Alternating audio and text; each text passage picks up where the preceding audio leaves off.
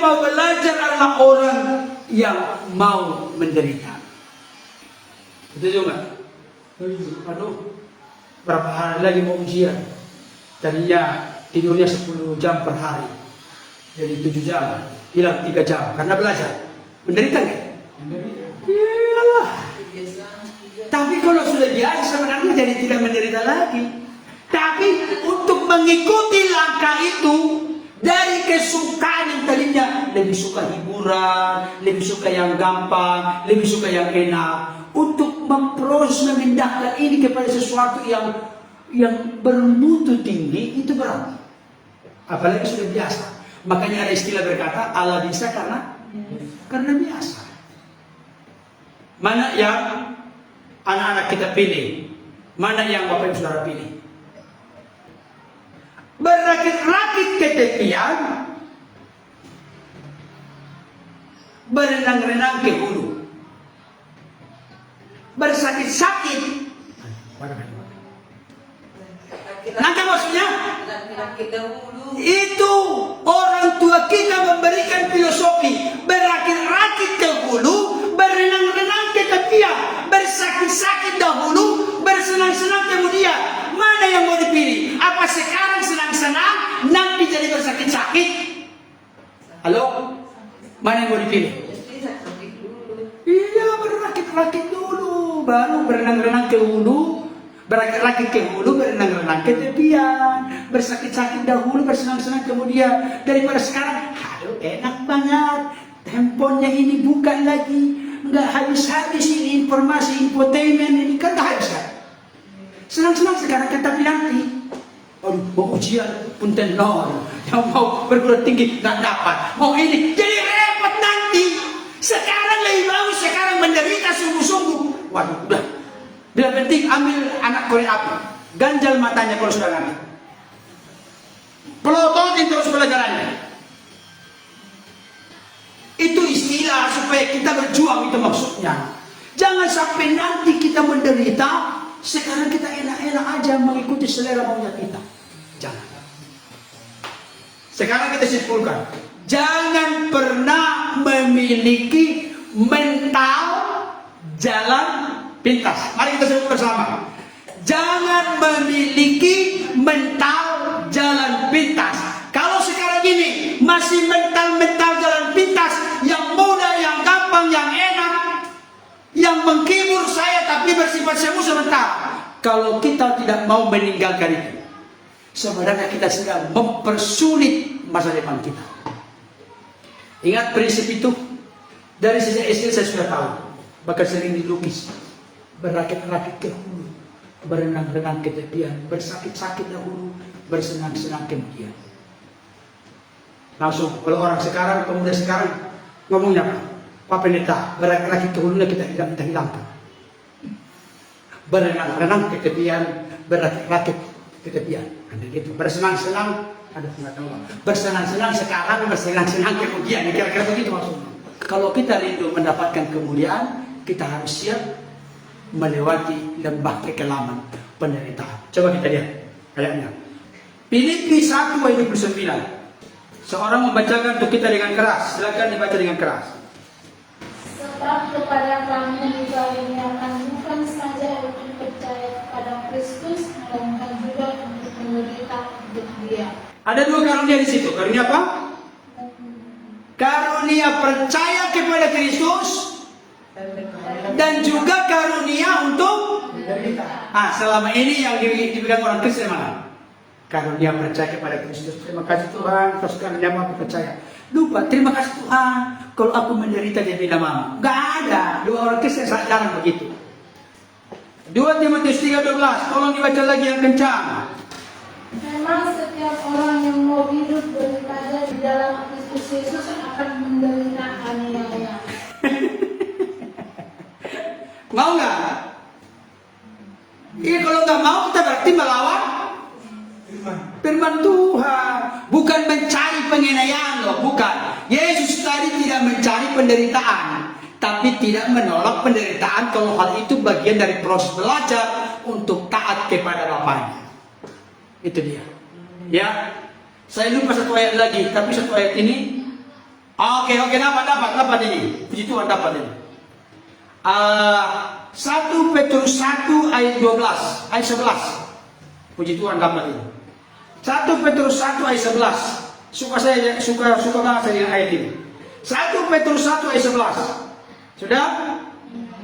Dan mereka meneliti saat yang mana dan yang bagaimana yang dimaksudkan oleh Roh Kristus yang ada di dalam mereka. Perhatikan, yaitu Roh yang sebelumnya memberi kesaksian tentang, kalau disambung sama-sama, segala penderitaan yang akan menimpa Kristus dan tentang segala kemuliaan yang menyusul sesudah itu. Apa yang dapat di sini? Ternyata ada informasi tentang segala penderitaan yang menimpa Kristus dan tentang segala kemuliaan yang menyusul sesudah apa? Penderitaan. Sesudah penderitaan. Berarti setelah penderitaan ada kemuliaan. Satu lagi ayatnya, selesai. Terakhir. Filipi pasal 2. Ini firman Tuhan. Dari Kejadian sampai Wahyu banyak mengungkapkan hal ini. Kejadian pasal 2. Sorry. Filipi pasal 2. Ayat yang ke-8 sampai 11. Kita baca dari ayat yang ke-6. Filipi 2 ayat 6. Saya baca untuk kita. Yang walaupun dalam rupa Allah tidak menganggap kesetaraan dengan Allah itu sebagai milik yang harus dipertahankan, melainkan telah mengosongkan dirinya sendiri dan mengambil rupa seorang hamba dan menjadi sama dengan manusia, dan dalam keadaan sebagai manusia ia telah merendahkan dirinya dan taat sampai mati, bahkan sampai mati di kayu salib. Artinya ini, tadinya dia firman turun ke tengah-tengah dunia, mengambil rupa manusia, bahkan menjadi hamba sampai taat mati, bahkan matinya di kayu salib. Itu proses perendahan kemuliaan Kristus dari firman sampai taat sampai mati. Ayat 9 apa yang terjadi? 2 ya. Itulah sebabnya Allah sangat meninggikan dia dan mengaruniakan kepadanya nama di atas segala nama, supaya dalam nama Yesus berteguk lutut segala yang ada di langit dan yang ada di atas bumi dan yang ada di bawah bumi, dan segala lidah mengaku Yesus Kristus adalah Tuhan bagi kemuliaan Allah Bapa. Dengarkan baik, Bapak Ibu Saudara, orang-orang berkepercayaan lain, Yesus itu bukan Tuhan selain Allah. Tapi Yesus itu, apa dikatakan di sini? Yesus Kristus adalah Tuhan bukan selain Allah, tapi Tuhan bagi kemuliaan Allah Bapa. Jangan lupa, setiap lutut bertelur. Yang mana itu? Yang ada di atas bumi, yang ada di bumi, yang ada di bawah bumi. Harus bertelur. Tahu bertelur? Sujud. Sujud nanti ada masanya. Setiap lutut. Perhatikan ini baik ini. Setiap lutut, siapapun manusia yang pernah hidup dalam sejarah dunia ini, dari sejak dulu sampai nanti Yesus datang kembali, setiap lutut harus bertelut, harus sujud. Setiap lidah harus mengaku. Siapapun manusia, sehebat apapun ketokohannya, sebanyak apapun pengikutnya, ada saatnya dia harus, kalau dia punya lidah, kecuali tidak punya lidah, siapapun itu, setiap lidah harus mengaku Yesus Kristus adalah Tuhan bagi kemuliaan Allah Bapa. Kapan nanti itu pengakuan? Banyak kok orang yang meninggal tidak mengaku Yesus Kristus adalah Tuhan bagi kemuliaan Allah Bapa. Kapan? Ini banyak diartikan pada saat penghakiman. Kenapa kau masuk neraka? Karena tidak percaya Yesus Kristus adalah Tuhan bagi kemuliaan Allah Bapa. Saya sarankan kepada Bapak dan Saudara yang belum membuka hatinya sungguh-sungguh kepada Yesus, daripada nanti di penghakiman terakhir mengaku Yesus Kristus Tuhan dan sujud di hadapannya, lebih baguslah sekarang buka hatimu, percayalah, terimalah dia sebagai Tuhan Juru Selamat yang menebus, menyelamatkan hidupmu dari dosa, kematian kekal, dan dari jeratan kuasa iblis. Itulah jalan yang benar, bukan jalan pintas. Mari kita jangan memiliki mental jalan pintas.